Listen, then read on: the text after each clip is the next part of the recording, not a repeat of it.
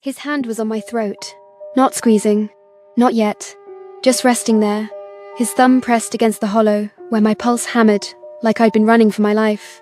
Maybe I had been. Maybe I'd been running since the moment I signed that contract 6 months ago, and I was only now realizing I'd been running straight toward him. "You're trembling," he said, his voice so quiet it barely disturbed the silence of his office. The entire 53rd floor belonged to him. At 2 in the morning, it belonged to us. "Are you afraid of me?" I should have said yes. That would have been the smart answer, the safe answer. Instead, I whispered, "No." His fingers tightened just slightly. Not enough to hurt, just enough to remind me he could. Liar. The city lights of Seoul blazed behind him through the floor-to-ceiling windows, turning his face into a study of shadows and sharp edges. Kang Junho, 43 years old, CEO of Kang Industries, married, untouchable, and currently backing me against his desk with the kind of controlled precision that made my knees weak. "I'm not afraid of you," I said again, and this time it was true.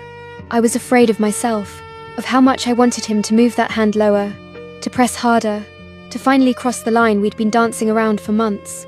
"Then what are you afraid of?" His other hand came up to brace against the desk beside my hip, caging me in. His cologne was subtle, expensive, mixed with something darker.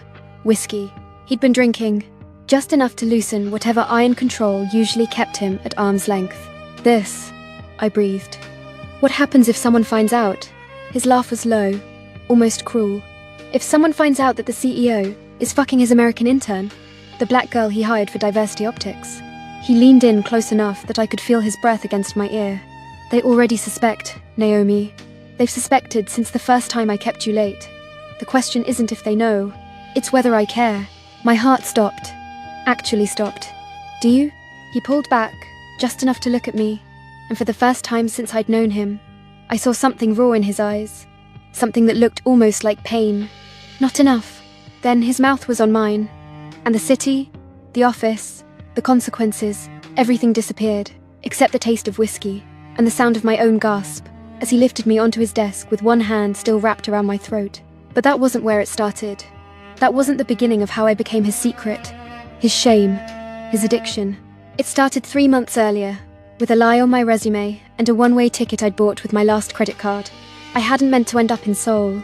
I'd meant to end up anywhere that wasn't Philadelphia, where my ex had emptied our joint account, and my landlord had taped an eviction notice to a door I couldn't afford to keep.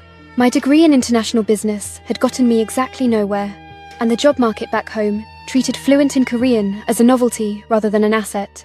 So I'd lied. Not about the language I'd spent my childhood summers with my Korean stepmother's family in Busan, had absorbed the culture and the tongue like a sponge. But I'd padded my experience, inflated my responsibilities, made myself look like someone Kang Industries might actually want for their new global diversity initiative. The interview was on Zoom. I'd borrowed my friend's apartment for better lighting, worn a blazer I'd stolen from my ex before he left, and smiled until my face hurt. The HR director, a sharp woman named Kim Min-ji, had looked almost bored until I'd responded to her Korean greeting without hesitation. "Your pronunciation is excellent," she'd said, switching languages mid-sentence. "Where did you study?" "Family," I'd answered simply. It was true enough. She'd hired me on the spot. 3-month trial contract. Immediate start. Visa sponsorship. The salary was barely enough to live on, but it was more than nothing, and nothing was all I had left. I'd arrived on a Tuesday. By Wednesday, I'd realized I'd made a terrible mistake. Kang Industries wasn't just a tech conglomerate. It was an empire, built on generations of family power, political connections, and the kind of money that made laws negotiable. The office culture was brutal. The hours were crushing, and everywhere I went, I felt the weight of being the only black face in a sea of perfectly pressed suits and perfectly maintained politeness. They were never outright rude. That would have been too obvious. Instead, they spoke just fast enough that I had to strain to follow, gave me projects with impossible deadlines, smiled politely when I asked questions, then whispered to each other in dialect I couldn't quite catch. I lasted 2 weeks before I seriously considered quitting. Then I met him. It was a Friday evening, almost 7. I was still at my desk, trying to finish a market analysis that my supervisor had dumped on me an hour before leaving for the day. The office was mostly empty.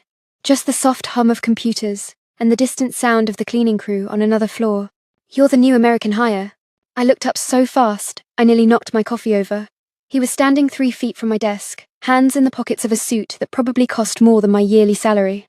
Tall for a Korean man, maybe 6 feet. Graying at the temples in a way that only made him more striking. And those eyes dark, unreadable, taking in every detail of me like I was a problem to be solved. "Yes, sir." I stood up too quickly, nearly tripped over my chair. "Naomi Williams. I'm in the Global Expansion Division. I know who you are." He tilted his head slightly, a gesture that felt predatory. "Kang Jun-ho. I own this building." My stomach dropped. The CEO. The actual CEO was standing at my desk at 7 p.m. on a Friday, and I was wearing yesterday's blouse because I couldn't afford to do laundry more than once a week. Yes, sir. I'm sorry. I was just finishing. Why are you still here?" It wasn't accusatory. Just curious. "Park Sejang. Nim gave me an assignment. Due Monday." Something flickered across his face. "Park Ji-hoon gave you a full market analysis, due Monday at 6:55, on a Friday evening." I nodded. "And you stayed." "I need this job," I said simply. "Honestly, I'll stay as long as it takes." He studied me for a long moment, and I forced myself not to look away. My stepmother had taught me that in Korea, deference was expected, but respect had to be earned. He was testing me. I could feel it. "Go home," he said finally. "Park Ji-hoon is an idiot, playing power games with someone he sees as an easy target. I'll handle it." "I can't." "That wasn't a request, Miss Williams." His voice didn't rise, but the authority in it was absolute. "You'll report directly to my office Monday morning, 8 a.m. Then he walked away, leaving me standing there with my mouth open and my heart racing, for reasons I didn't want to examine. Monday morning, I showed up at 7:45. His secretary, an older woman with a face like carved ice, looked me up and down with obvious disdain. "You're early." "Yes, ma'am." "Don't call me ma'am. I'm Secretary Choi." She stood, smoothing her skirt. "Wait here." I waited. 8 a.m. came and went. 8:15. 8:30. I was starting to think this was some elaborate prank when the door to his office finally opened, and Kang Jun-ho appeared. "Come in." His office was terrifying, not because of the size, though it was massive, not because of the view, though you could see half of Seoul from those windows. It was terrifying because of how empty it felt. Minimal furniture, no photos, no personal touches, just clean lines, cold surfaces, and the overwhelming sense that nothing soft survived in this space. "Sit." I sat in the chair across from his desk. He didn't sit. Instead, he moved to the windows, standing with his back to me. "Do you know why I hired you?" he asked. "The Diversity Initiative." "The Diversity Initiative is political theatre. Window dressing for international investors who care about optics." He turned to face me. "I hired you because your resume was impressive. Then I had it checked. Half of it is fabricated." My blood went cold. "I should fire you," he continued, voice utterly calm. "Terminate your contract. Have you deported?" That would be the appropriate response to discovering an employee lied their way into this company. "Please, I'm not finished." He moved behind his desk, finally sitting down, fingers steepled in front of him. "But I'm not going to do that. Do you know why?" I shook my head, not trusting my voice. "Because everyone here lies," he said. "They lie about their connections, their achievements, their loyalty. The only difference is that you were desperate enough to be honest about your desperation. That interests me. I don't understand." "You will." He pulled a folder from his desk drawer, slid it across to me. "New contract. Direct hire. My personal staff. Your salary triples. Your responsibilities include translation, cultural consultation, and anything else I require. You'll work late. You'll travel. When I travel, you'll have access to sensitive information, which means you'll sign the attached NDA." He paused. "You'll also be resented, gossiped about, and generally made miserable by people who think you're here because I want to fuck you." The bluntness of it stole my breath. "Do they think that?" I managed to ask. "They will. The question is whether you can handle it." I looked at the folder, at the salary figure that would change my life, at the NDA that was as thick as a small book, at the man across from me who was offering me everything I needed while making it perfectly clear that he expected something in return. Not sex. Not yet. Maybe not ever. But something. I can handle it, I said. His smile was slight. Barely there. We'll see. I signed. The first month was hell in slow motion. He wasn't lying about the work. 12-hour days minimum. Weekends when needed. I translated documents that should have been classified. Sat in on meetings where millions of dollars changed hands with a handshake. Learned more about the inner workings of Korean corporate politics than any outsider should ever know. And through it all, Kang Joon-ho watched me. Not obviously, not inappropriately, but I always felt his attention, like a physical weight. He noticed when I was tired, when I skipped lunch because I was too busy, when I stayed late because I didn't have anywhere else to go. He never commented, just left bottles of expensive water on my desk, had meals sent up from the executive dining room, adjusted my schedule to give me Sundays off, without me asking. It should have felt kind. Instead, it felt like training, like he was teaching me to depend on him, to anticipate his needs, to exist in his orbit. The gossip was vicious. She's sleeping with him. I heard someone whisper in the bathroom. Obviously. Why else would he keep her around? I heard she's pregnant. That's why she's always tired. Maybe she's blackmailing him. Americans love lawsuits. I learned to keep my head down, to eat lunch at my desk, to avoid the break rooms and the elevator small talk. I made myself invisible, except when he needed me, and slowly, painfully, I became good at my job, good enough that he started trusting me with more. Contracts that required delicate phrasing, client dinners, where my presence as a cultural liaison made foreign investors more comfortable. Late nights when it was just us and the cleaning crew, reviewing presentations until my eyes burned. You should go home, he said one night around 11. We were alone in his office, the only light coming from his desk lamp, and the city below. I'm fine, Naomi. The way he said my name careful, deliberate, made me look up from my laptop. When was the last time you slept more than 5 hours? When was the last time you did? His expression didn't change, but something flickered in his eyes. Amusement, maybe. Or recognition. Touché. We're both workaholics with nothing better to do, I said, emboldened by exhaustion and the strange intimacy of late-night offices. At least you have an excuse. You're building an empire. I'm just trying to survive. Is that what you think this is? Survival, isn't it? He stood, moving around his desk, with that predatory grace I'd started to recognize. He stopped a few feet away, close enough that I had to tilt my head back to maintain eye contact. You're not surviving, Naomi. You're adapting. There's a difference. He paused. How old are you? The question caught me off guard. 24. Why? I'm 43. 19 years older than you. When I was your age, I was married and already running half this company. His voice was quiet, reflective. I thought I knew everything. I thought age and power were the same thing. What changed? I learned they're not. Power is easy. It's just money and fear, and knowing who to break. Age is harder. It's carrying the weight of every mistake, every compromise, every person you've hurt. He looked at me with an intensity that made my breath catch. You shouldn't be here. You hired me. I know. That's the problem. Then he turned and walked back to his desk, leaving me with more questions than answers, and a pulse that wouldn't settle. Things shifted after that night. He started asking personal questions. Where I'd grown up, why I'd come to Korea, what I wanted beyond survival. I answered carefully at first, suspicious of the attention, but his interest seemed genuine, not invasive, just curious. You never talk about your family, he said one afternoon, during a rare lunch break. Not much to talk about. Mum's dead. Dad remarried when I was 12. Stepmom's Korean, which is how I learned the language. We're not close. No siblings. Half-brother. He's 16. Lives with them in Jersey. Do you miss him? The question surprised me. Sometimes. He was 7 when I left for college. We were never really close. Different worlds, you know. He nodded slowly. I have a younger sister. Haven't spoken to her in 6 years. Why? She told me I'd become exactly what our father wanted. She meant it as an insult. His smile was bitter. She wasn't wrong. It was the most personal thing he'd ever shared, and I didn't know what to do with it, except hold it carefully. The boundaries started blurring after that. He'd ask me to stay late, for reasons that had nothing to do with work. We'd talk about movies, books, the absurdity of corporate culture. He had a dark sense of humor that matched mine, and sometimes I'd catch him almost smiling at something I said, The attraction was inevitable.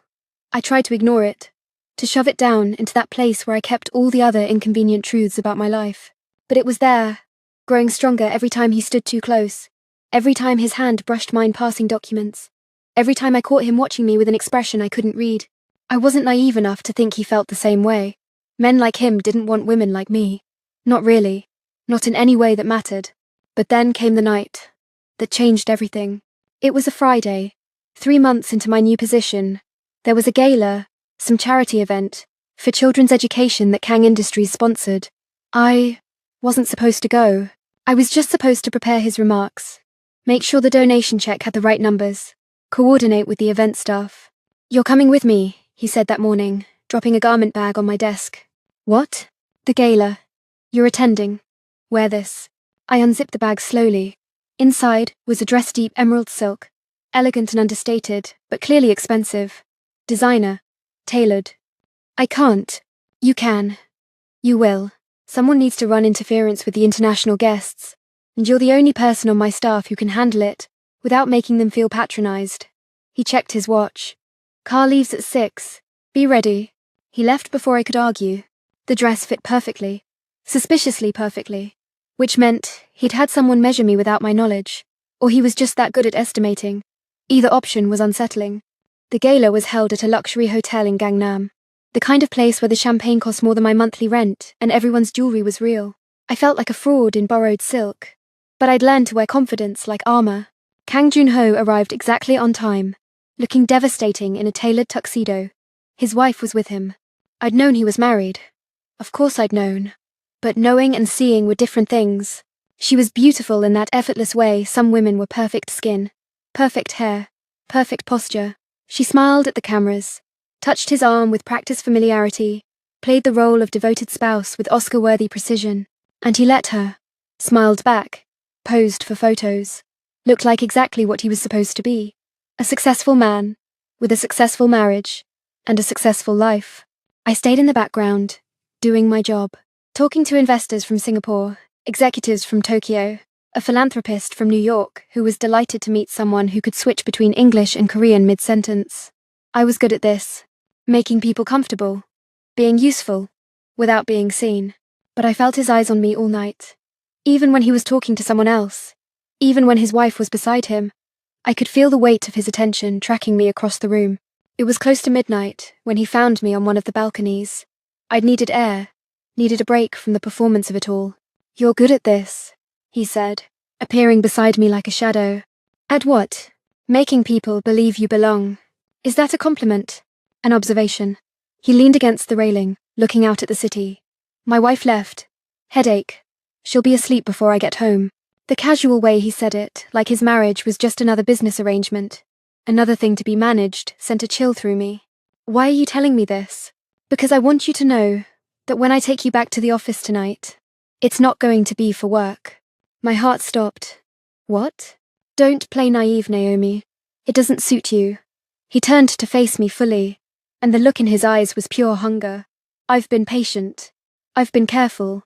I followed every fucking rule I set for myself. But I'm done pretending I don't want you. You're married. I'm trapped. There's a difference." His voice was low, intense. "My marriage is a contract. It's always been a contract. We stopped pretending otherwise years ago. That doesn't make this okay. Nothing about this is okay." He moved closer, backing me against the railing. "Nothing about you being here, working for me, looking at me like you do. None of it is okay. But that doesn't make it less real.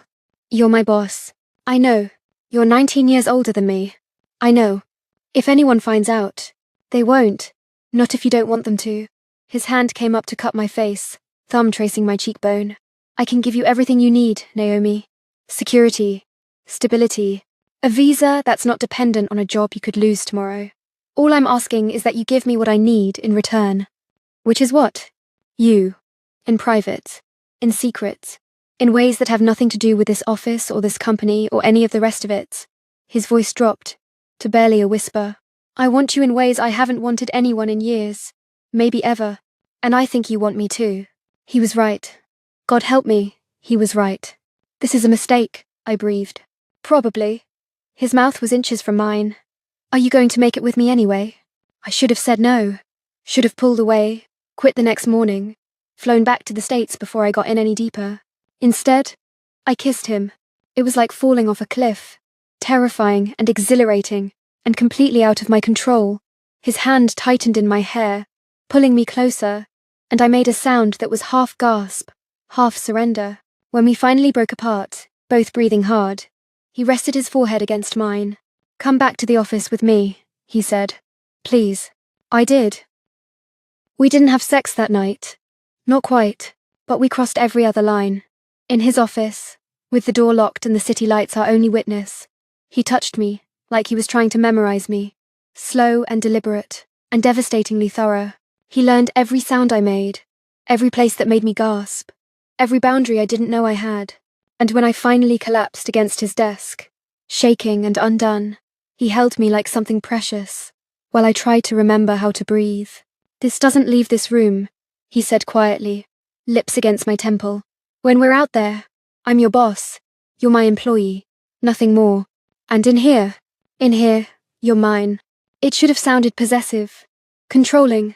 Instead, it sounded like a promise. We developed rules after that. Unspoken, but understood. Never at the office during business hours. Never where security cameras could catch us. Never in ways that would risk exposing what we were doing. He'd text me late at night simple messages that anyone reading them would think were work-related. "I need you at the office. Review these documents tonight. Conference room 3. 1 hour." I always went, even when I knew I shouldn't. Even when I was exhausted or stressed or starting to feel like a ghost. I went, because being with him was the only time I felt real. He was different in private. Not softer exactly, but more present. He listened when I talked about my day, made sure I ate, worried about me, in ways that felt genuine, rather than strategic. "You're losing weight," he said one night, fingers tracing my ribs with a frown. "I'm fine. You're not eating enough." "I eat. Not enough." He pulled out his phone, typed something quickly. "I'm having meals delivered to your apartment. Don't argue." "That's not necessary. Naomi." His voice was firm. "Let me take care of you. It's the least I can do when I'm the reason you're barely sleeping." The meals started showing up the next day. Expensive, nutritious, perfectly portioned. It should have felt patronizing. Instead, it felt like being seen. But the secrecy was eating me alive. I couldn't tell anyone what I was doing. Couldn't have friends at the office. Couldn't date. Couldn't even complain about my boss, without worrying that someone would read between the lines. I existed in this strange liminal space between his world and reality, and I didn't belong in either. The worst part was how normal it all started to feel. Meeting him late at night, hiding evidence of his presence in my apartment, lying to Secretary Choi about why I was always the last one to leave. I was becoming someone I didn't recognize, and I didn't know how to stop. "What are we doing?" I asked him one night, tangled in his sheets at some hotel he'd booked under a false name. It was 4 a.m., and I had to be at the office in 3 hours. "Where does this go? Where do you want it to go?" "That's not an answer." He was quiet for a long moment. "I can't leave my wife. Not now. Maybe not ever. The political connections, the business implications. It's too complicated. So I'm just..." "What? Your secret? Your side piece?" "You're not a side piece." He pulled me closer, voice rough. "You're the only real thing in my life. Everything else is performance, obligation. But this is mine. That's not fair to me. I know. And I'm sorry, but I can't let you go." His hand found my face in the darkness. "Tell me you'll stay. Even if it's selfish, even if it's wrong. Tell me you'll stay." I wanted to say no. Wanted to have enough self-respect to walk away from a man who couldn't claim me in daylight. But I was already in too deep. Already too attached to the way he looked at me. Like I was worth something. "I'll stay," I whispered. His kiss tasted like relief and regret. Things came to a head 3 weeks later. There were rumors at the office. Nothing concrete. Nothing anyone would say to my face. But I could feel the shift. The whispers that stopped when I walked by. The knowing looks. The way people started treating me with a mixture of fear and contempt. Someone had seen something. Or guessed. Or decided to make trouble. I was in the bathroom when I heard them. 2 women from accounting, talking in Korean that was just slightly too fast. Assuming I wouldn't understand, or wouldn't be there. "It's disgusting," She's half his age. And black. Can you imagine what the board would say if they knew? They probably do know. They just don't care. As long as he's discreet. His poor wife. His wife stopped caring years ago. Everyone knows she has her own boyfriends. But at least she's discreet about it. Still. An intern. It's tacky. My hands were shaking when I walked out. They saw me. Realized I'd heard. And had the grace to look ashamed. But the damage was done. I went straight to his office. Didn't care that it was the middle of the day. Didn't care that Secretary Choi gave me a withering look. I walked in without knocking. He looked up from his computer. Surprised. Then concerned when he saw my face. What happened? They know. Everyone knows. Or at least they suspect. And I can't do this anymore. I can't be the dirty secret everyone whispers about. He stood immediately, moved around his desk. Close the door. No. Because the second I close that door, it proves them right. Naomi. They called me disgusting. They said it was tacky that you're fucking the black intern. And they're right. It is tacky. It's worse than tacky. It's... Enough. His voice cut through my spiral like a knife. Sit down. I don't want to sit down. Sit. Down. It wasn't a request. I sat. Shaking with anger and humiliation. And something that felt dangerously close to tears. He knelt in front of me. Hands on my knees. Forcing me to look at him. Listen to me very carefully. What they think doesn't matter. What they say doesn't matter. The only thing that matters is that you're here, doing your job, and doing it better than anyone else in this building. That's easy for you to say. You're not the one they're calling disgusting. No, I'm the one they're calling a predator, a midlife crisis, a fool, risking his reputation for a piece of ass. His jaw tightened. They say worse about me than they say about you. Trust me. Then why do you keep doing this? Because I'm selfish. Because I'm weak. Because walking away from you feels like cutting off my own arm. His hands tightened on my knees. But if you want out, if this is too much, then leave. I won't stop you. I'll write you a recommendation that will get you a job anywhere you want. I'll make sure your visa is protected. You'll never have to see me again. The offer hung between us. Genuine. And terrible. Is that what you want? I asked quietly. What I want is irrelevant. This has to be your choice. I looked at him, this complicated, damaged man who'd given me everything I needed, while slowly destroying me. And I knew I couldn't leave. Not yet. Maybe not ever. I don't want to go, I admitted. I hate that I don't want to go. But I don't. Relief flooded his expression. Then stay. Stay. And let me handle the rest. How? Trust me. The next morning, there was a company-wide email from HR. New anti-harassment policies. Strict penalties for gossip about colleagues' personal lives. A reminder that discriminatory language of any kind would result in immediate termination. The message was clear. Back off, or lose your jobs. The whispers didn't stop completely, but they got quieter, more careful. And when I walked through the office, people looked away, instead of staring. He'd protected me, in the only way he could. Not by claiming me publicly, but by making it too dangerous for anyone to attack me. It should have been enough. Come to my place tonight, he said 3 days later, slipping me a keycard during a meeting where we were surrounded by people. Please. His place. Not the office. Not a hotel. His actual apartment, the one in Hanam-dong that probably cost more than I'd earn in a lifetime. What about your wife? She's visiting her parents in Jeju for the week. His eyes held mine across the conference table. I want you in my space. Properly. No more hiding in offices and hotel rooms. I went. His apartment was stunning in its minimalism.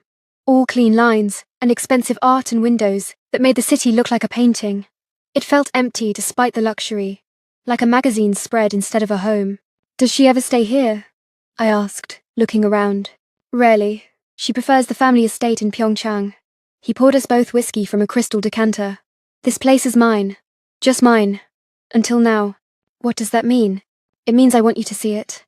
Know it. Be comfortable here. He handed me the glass. It means I'm tired of compartmentalizing you. We drank in silence. The weight of what we were doing settling over us like fog. Tell me about your marriage, I said finally. The truth, he sighed, running a hand through his hair. It was arranged. Not officially, but we both knew what it was. Her father needed political connections. My father needed legitimacy for some business dealings. We were 24 and 23, kids playing at being adults. Did you love her? I thought I did. Or maybe I loved the idea of her.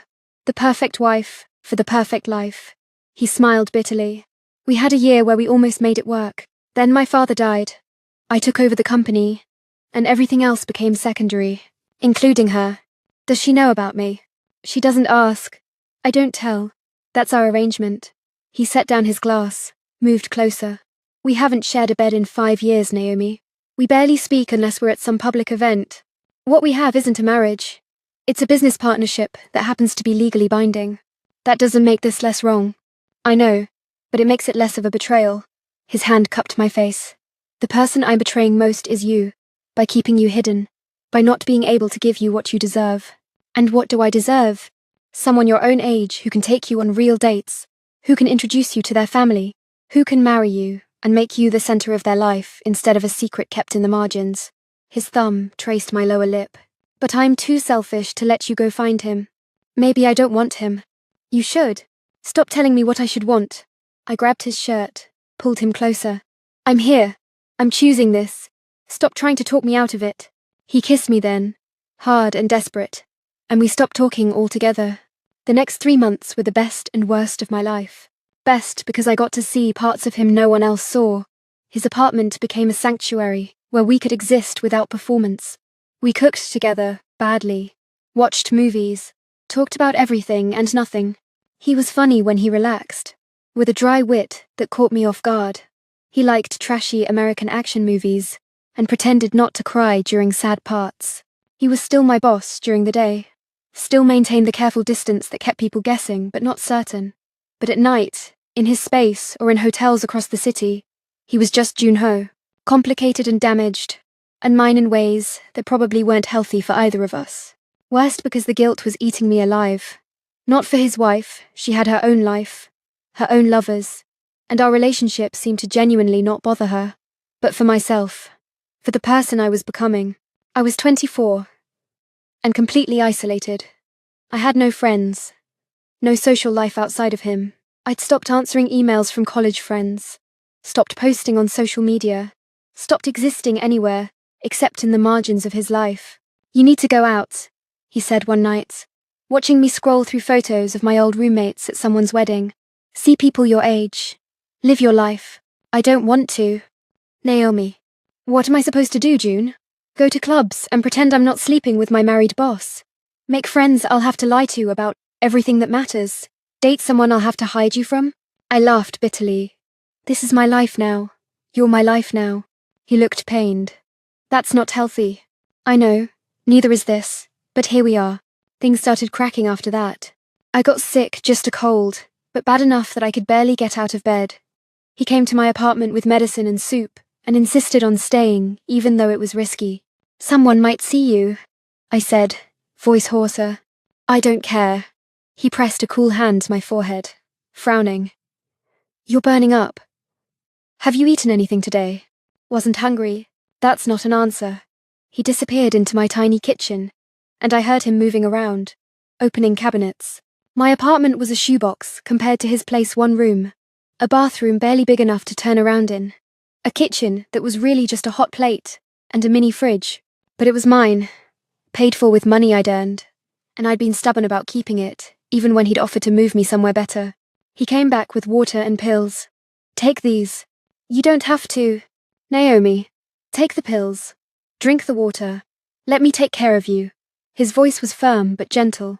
You spend every day taking care of me. Let me return the favor. I took the pills. Let him pull me against his chest while I shivered through a fever that made everything feel surreal. He stayed all night, which was dangerous and stupid, and exactly what I needed. I love you, I whispered, sometime around 3 a.m., too sick and too tired to keep it in anymore. He went still. Don't say that. Why not? It's true. Because it makes this harder. His arms tightened around me. Because you shouldn't love me, Naomi. I'm using you. Maybe not intentionally, but I am. I'm keeping you locked in this half-life, because I'm too weak to let you go. Maybe I'm using you too. Did you ever think of that? I tilted my head back to look at him. You gave me everything I needed when I had nothing. Safety, purpose, a reason to stay in Korea. Maybe I'm just as selfish as you are. You're 24. You should be figuring out who you are, not hiding in the dark with a man old enough to be your father. You're 43, not 60. Stop making it sound worse than it is. It's bad enough. But he kissed my forehead, my temple, my cheek. I love you too. God help me. I do. And that's why this is so fucked up. It was the first time either of us had said it out loud. And somehow, instead of making things better, it made them infinitely worse. The end came on a Wednesday. I was at my desk, finalizing contracts for a merger with a Japanese tech firm, when Secretary Choi appeared. The CEO wants to see you. Immediately. Her tone was strange. Not hostile exactly, but not neutral either. Almost pitying. I found him standing at his window, hands clasped behind his back. The posture was rigid, controlled. Wrong. Close the door, he said without turning around. I did. What's wrong? Someone sent photos to the board. His voice was carefully empty. Of us. Entering a hotel in Gangnam.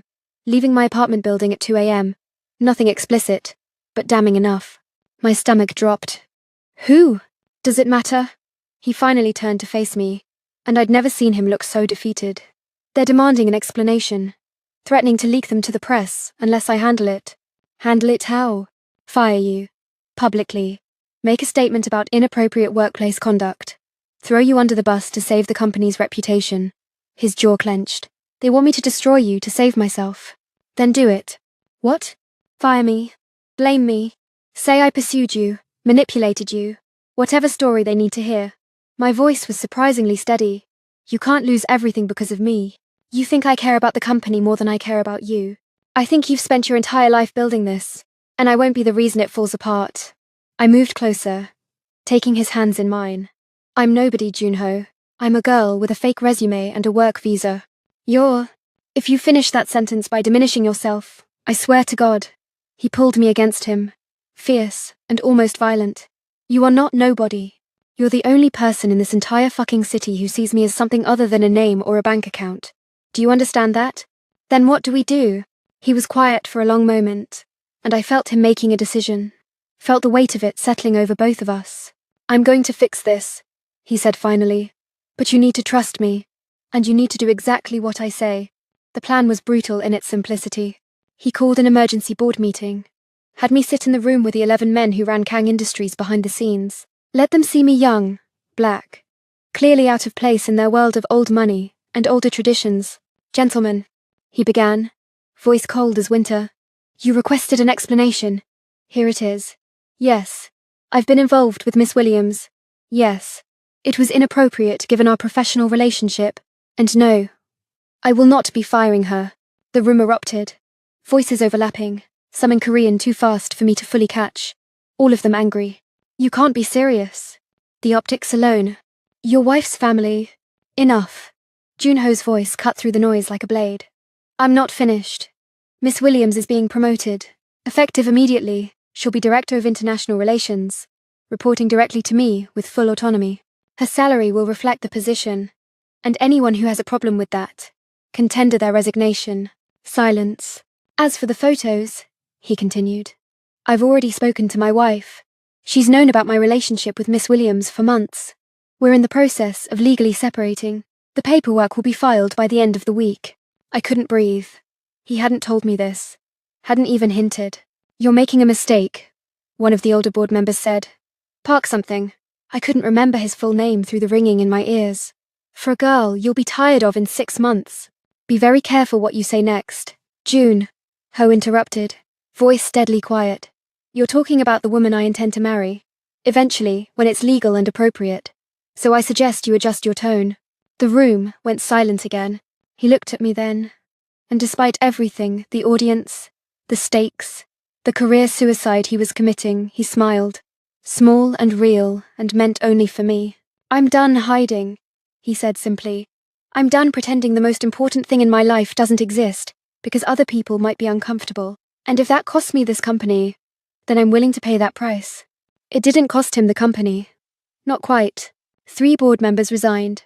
His wife's family pulled their political support, which meant several lucrative government contracts evaporated overnight. The press had a field day older CEO, young foreign employee, marriage falling apart. We were tabloid gold for about 2 weeks. But the company survived. And so did we. The separation was messy, but surprisingly amicable. His wife didn't want a scandal any more than he did, and she'd been planning to leave anyway. The settlement was generous. She got the estate in Pyeongchang, several investment properties, and enough money to live comfortably for the rest of her life. She said thank you, Junho told me one night. Months later, we were in his apartment. Our apartment now, since I'd moved in properly once the divorce was finalized, for giving her an excuse to finally leave. Did she really not mind about us? She said she'd known since the first time she saw us in the same room. Something about the way I looked at you. He pulled me closer on the couch. Apparently I stopped looking at her that way years ago. Do you regret it? Everything you gave up? I regret that it took me so long to be honest. That I wasted months of your life making you feel like a secret. His hand found mine, fingers interlacing. But do I regret choosing you? Never. The industry gossip took longer to fade. But it did fade. We kept our heads down, worked harder than ever, proved that I'd earned my position through competence rather than manipulation. Slowly, grudgingly, people stopped treating me like a scandal and started treating me like a professional. It wasn't perfect. There were still whispers, still people who would never see me as anything other than the girl who slept her way to the top. But there were also people who respected what we'd built, both the company's international expansion and our relationship. His family was harder. His mother refused to meet me for the first year, called me every variation of gold digger and homewrecker in Korean and English. His sister, the one he hadn't spoken to in 6 years, sent a single text. Good. Maybe now you'll remember how to be human. They came around eventually, not because they approved, but because they saw that he was happy for the first time in decades. That counted for something, apparently. My family was complicated. My dad didn't understand why I'd stay in Korea, why I'd date someone so much older, why I'd risk everything for this relationship. But my stepmother got it. She'd been in a similar position once young, foreign, involved with someone her family didn't approve of. Love makes us do foolish things, she told me on a video call. The question is, whether it's the good kind of foolish, or the kind that destroys you. I don't know yet, I admitted. Then keep paying attention. The moment it becomes the second kind, you run. Promise me. I promise. We got married 2 years after that board meeting. Small ceremony. Just immediate family and a few close friends. Nothing like the elaborate production his first wedding had been. This was just us.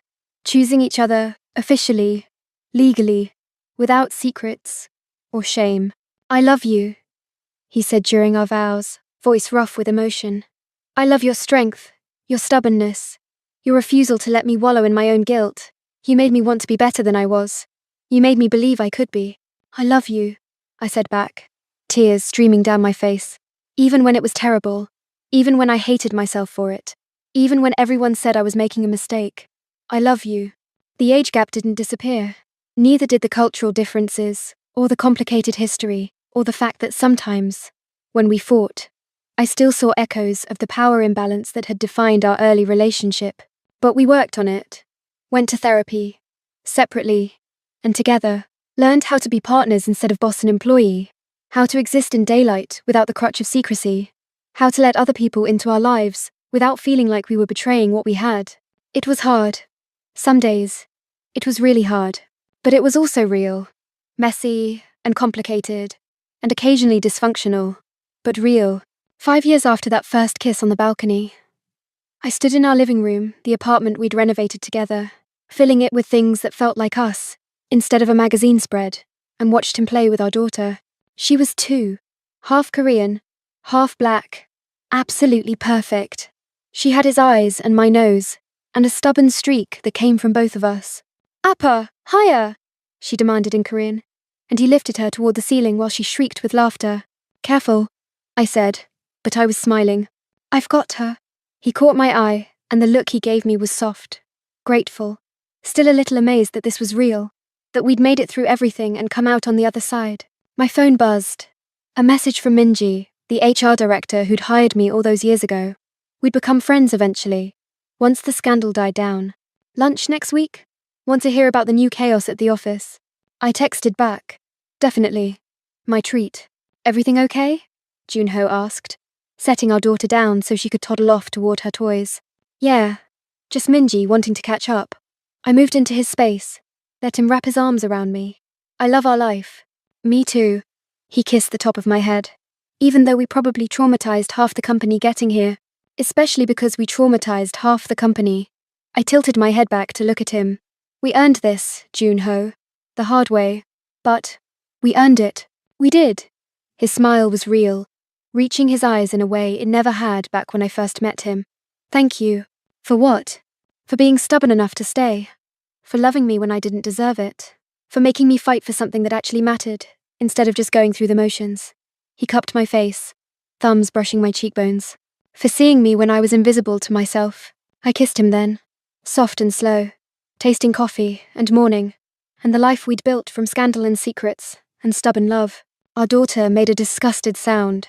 Upper and Aoma, kissing, yucky. We broke apart, laughing, and he scooped her up again. One day you'll understand, baby girl. Love is complicated and messy and sometimes yucky, but it's worth it. She looked skeptical, which made me laugh harder. Yeah, it was worth it. All of it, the secrets, the shame, the scandal, the struggle, because we'd found something real in the darkness, and we'd fought like hell to bring it into the light. Was it perfect? No. Would I recommend this path to anyone else? Absolutely not. But it was ours, earned through compromise and growth, and refusing to let the world tell us who we were allowed to love. And in the end, that was enough. Looking back now, 6 years after I first walked into Kang Industries with a fake resume and a desperate dream, I understand something I couldn't have seen then. Sometimes, the dirtiest secrets are the ones that save us. He was never supposed to be mine. I was never supposed to be his. The age gap, the power imbalance, the married CEO, and the struggling intern. It was every cliché, every cautionary tale, every reason people shake their heads and say, what were they thinking? But here's what they don't tell you about forbidden love. Sometimes it's forbidden because it forces you to choose yourself over everyone else's comfort. Sometimes it's scandalous because it demands you fight for something real in a world of polite lies. I'm not saying what we did was right. I'm not saying you should follow in my footsteps. But I am saying this.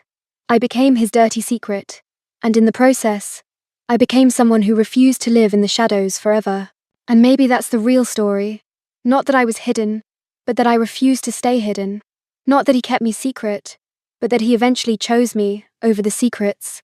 We're still here, still fighting for each other, still proving that love doesn't have to be convenient to be real. And if you made it this far through our messy, complicated story, if you stayed for the scandal and the secrets and the slow burn, then thank you. Drop a comment below telling me what you thought. Subscribe if you want to hear more stories like this. Hit the like button if you believe in second chances and complicated love, because this was our story. Dirty, secret, real, and I wouldn't change a single thing.